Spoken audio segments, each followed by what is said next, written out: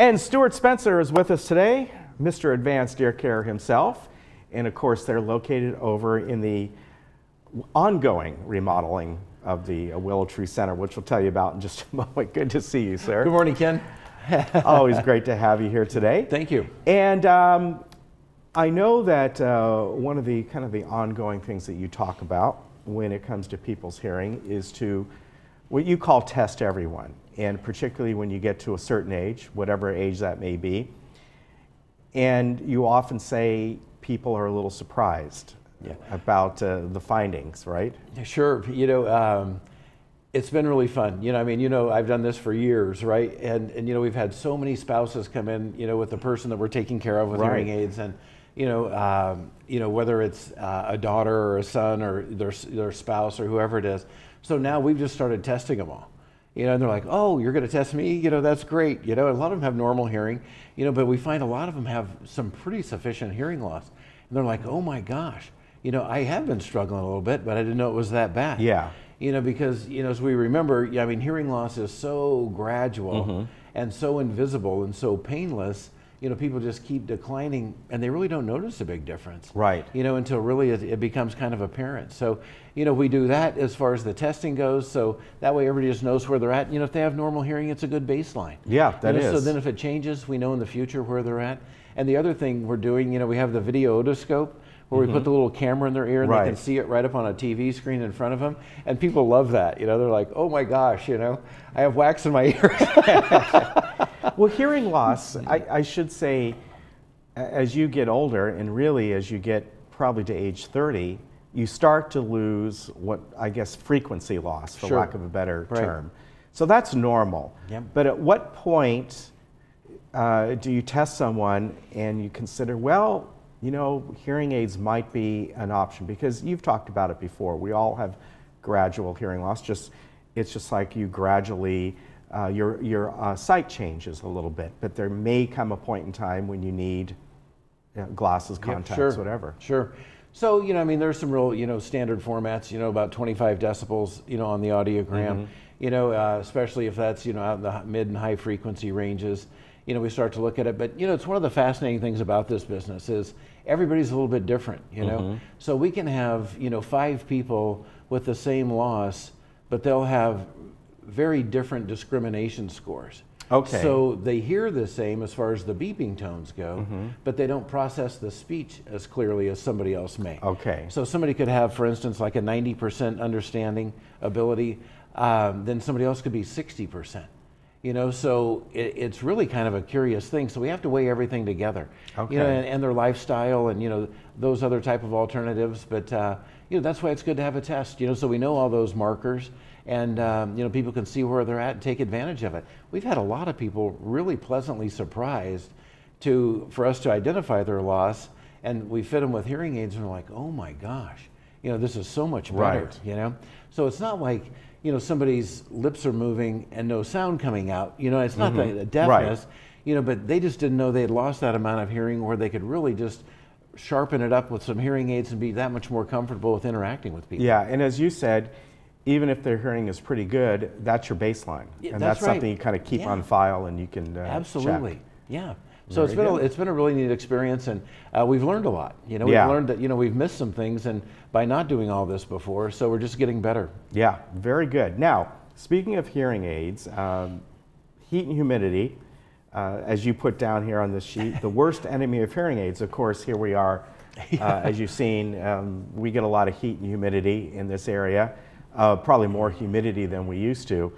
Yes. So kind of explain that. What about people who maybe live in a climate that humidity is every single day? Yeah. Well, you know, even here, you know, it's really funny. Just this last, you know, 3 weeks, you know, people are coming in and saying, yeah, my hearing aid just doesn't sound as clear as it used to be. You know, some of that is from them not cleaning them properly or the maintenance on them, you know, those types of things. Other people are just out and about all day in the heat. You know, some people work outside, you know, whether it's construction or whatever it may be, and they have a lot of perspiration, you know, it gets in the hearing aids. So, you know, we have little jars you can put your hearing aid in that kind of suck the humidity out of the hearing aids and the moisture that are very helpful this time of year if you're in that kind of situation. this type of year is when we get, the repairs just go up, Okay. because people, really aren't paying attention to that, or they don't know to, Yeah. And so we just, encourage them to come in, let us blow them out, clean things up, look in their ears, make sure everything's all clear there. So we just give them the best opportunity and the best environment for the hearing aid to be in. So they're always working at a peak performance. These hearing systems today are so sophisticated. If they just get a little bit of moisture in them, it'll kind of taper that response off. Okay. And the manufacturers are doing a great job, at making hearing aids water resistant, so Right. it keeps a lot of that moisture out of there. But it still happens when you're wearing them, 10, 14 hours a day, all day long, every day. Okay, and they can be worn in the rain. Yeah, we say Okay. perspiration, rain, that kind of thing. It doesn't really, bother them too much. You don't want to stand out in the pouring rain, anyway, right? So we don't want them to get soaked. Personally, I've jumped in a pool with mine. Right. I've jumped in the ocean with mine, just forgetting I had them on, and taken them off and dried them out, and they work just fine. So Okay. it does happen, All right. Can you put them in, let's say they don't have that solution, can you put them in a jar of rice? Yeah, exactly. You can. That's what we do when we go to Africa. You're right. On the Starkey Hearing Foundation missions, we give each child a little bag, and at night they put it right in a little thing Okay. of rice, because then once that kind of gets used or swollen or whatever, they throw that out and they have rice, right? Right. So they can put it back in there and regenerate, that kind Okay, of so process. that does work. It does I know work. it works with your smartphone. That's so. right. Yeah, that's a great tip. Yeah. All right. Quite often you folks go places on missions and help people out, as you just mentioned. Yep. And you have one coming up in October, right? That's right. Brandon, my son Yeah. that works with me there in the office. We got to get him on one Yeah, day. we've got to do that. That'll All be right. fun. And he went to Armenia in June, I believe it was, the beginning of June.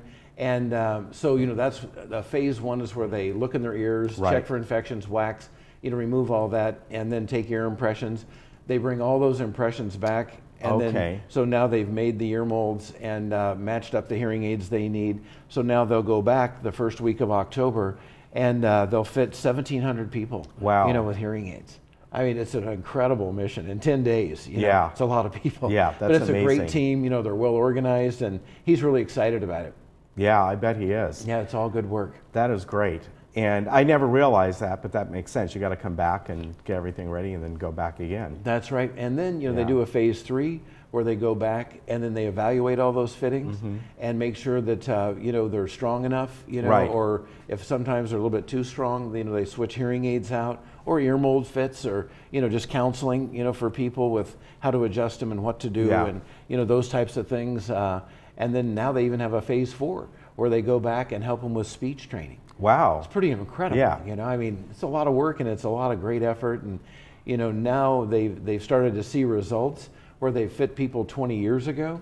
And now they go back. Wow. They've gone through universities, they're married, they have Yeah. jobs, and I mean, it was just re-engaging them in life, Yeah. So it's very exciting to see those results. That's fantastic. And of course, Brandon, he's obviously he hasn't seen him over 20 years. He's not that old, but That's right. he certainly sees results. That's right. Yeah. Oh yeah, he's he's been great. part of that organization for 7 years. He originally went up to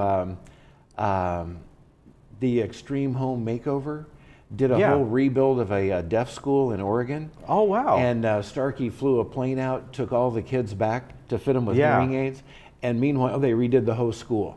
Built it out, and so they fit them all with hearing aids, and it was just a great trip for him. That was his initial visit with the Starkey Foundation, so good stuff. Very good. Now, you need extra help sometimes, and you've got someone that's just come on board, right? That's right. I mean, we've been really busy, and we're always grateful for that. But we were kind of working overtime, the last 6 months, 7 months, trying to keep up with our patient load. So we've added a staff member, and just wanted to, tell people they'd see, Mike Gomez. They'll Okay. hear his voice on the phone, and he was just an incredible acquisition.